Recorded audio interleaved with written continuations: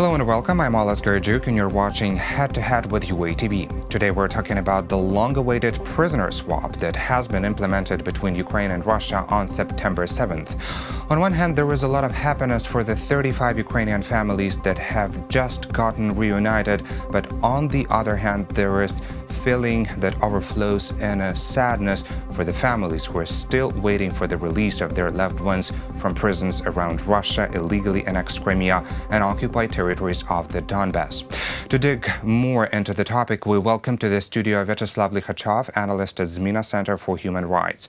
Hello and thank you for joining us today. Good afternoon. So let's just remind the audience that the swap has been done according to this 35 and 35 formula, and Ukraine released its 35 political prisoners, including the 24 POWs, and Russia demanded the list of 35 people, Ukrainian and Russian nationals, who have been accused of high treason, defection, or terrorism in Ukraine. How fair do you think this exchange was, keeping in mind or taking into account that there was the ruling of the International Maritime Law Tribunal about the release of the 24 Ukrainian sailors, and taking into account the ruling of the European Court for Human Rights about Adem Bakirov, one of Ukraine's political prisoners, that also had to be released just because of the decision of the court? First of all, I agree that yesterday was a great day of happiness, not only for families and relatives to the Ukrainian prisoners, but for all the society. I think all Ukraine was happy yesterday, and as for me, this deal was successful. And yes, we know that Russia has no right to imprison not only our political prisoners and sailors who were freed yesterday, but also other people who are still in Russian under the grade in Russia from Crimea, but we also know that Russia never had paid enough attention to the decisions of the international courts. We know a lot of examples how the decision of the courts for years already exist, but Russia did nothing about it on Crimea, on Majlis of Crimean Tatar people, and so on. So I think this deal about exchange 35 for 35 is a more or less success. Right. The only thing we need to mention that we don't know all the conditions of the deal, and maybe this exchange is only part of in frames of the larger package of decisions and agreements. Mm-hmm. Yes, we are awaiting for this package of decisions to be published. I hope that maybe the president of Ukraine will speak about it, or maybe we will hear about it from his supporters. And also, we remember that over a month ago, no one could even expect such an outcome. So this is indeed a success. But in your opinion, what did change Putin's mind? We need to understand that Ukrainians' efforts to free political prisoners are not enough. We made steps, and we were ready for this exchange, not only last month, but for years. But the decision of Kremlin is more important in this case.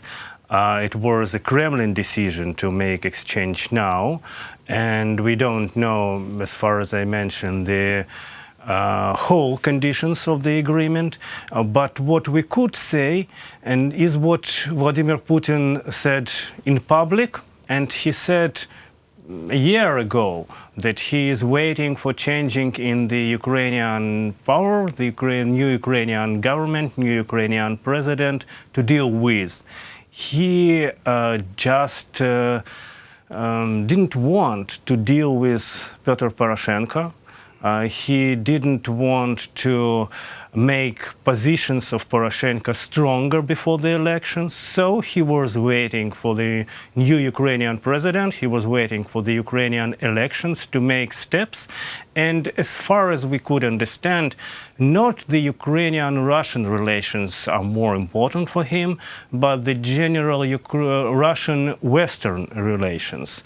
But you think that a the kind reason... as for me, it's a kind of suggestions or a part of informal agreement between Russia and international society. Putin wants to show that he is negotiable, that he is ready for some steps, for some better relations with the West. So do you think that this is the sign that Putin is willing to deal with Zelensky?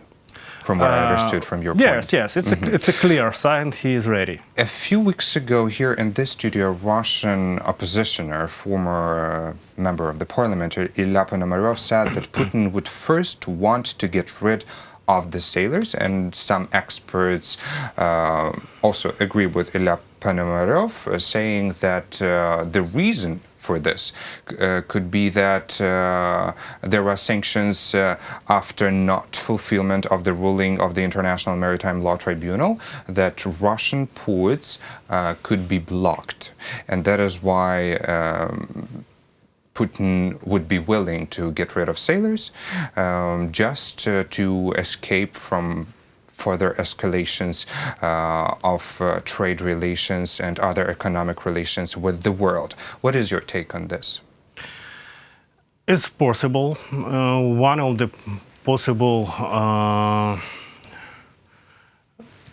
ways to understand the Putin's decision, but also we need to mention that previously sanctions were not effective in pushing Vladimir Putin for any kind of agreement, steps, exchange, and so on. So maybe the sanctions are the reason.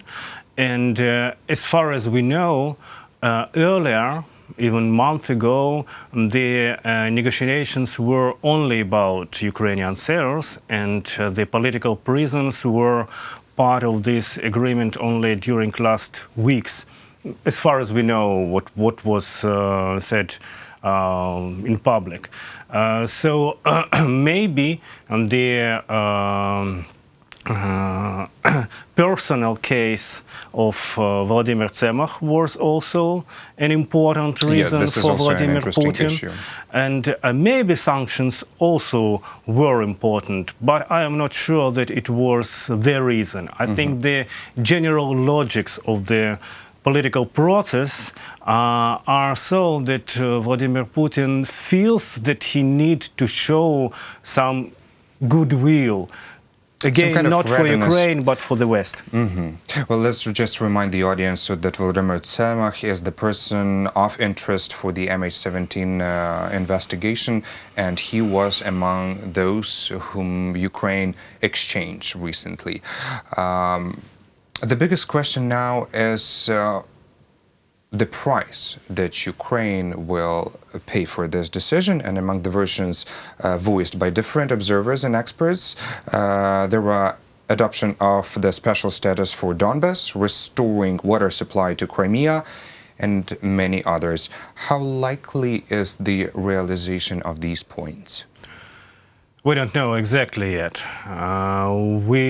I think we will not hear a whole plan from Vladimir Zelensky office. All the points. Okay, but what could be unacceptable for Ukraine to go for? For example, well, I mean, experts are voicing some of the versions. The special status of Donbas. What do you think about it?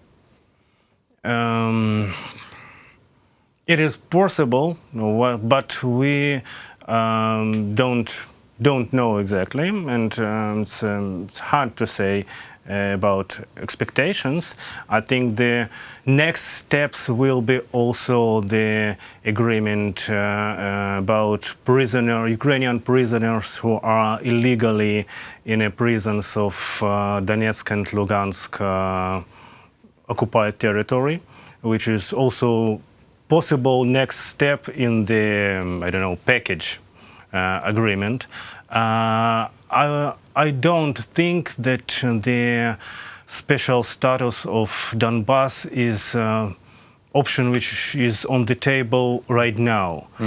It could be a possible topic in the future, but we have more closer questions which will be options which will be more important in the nearest future.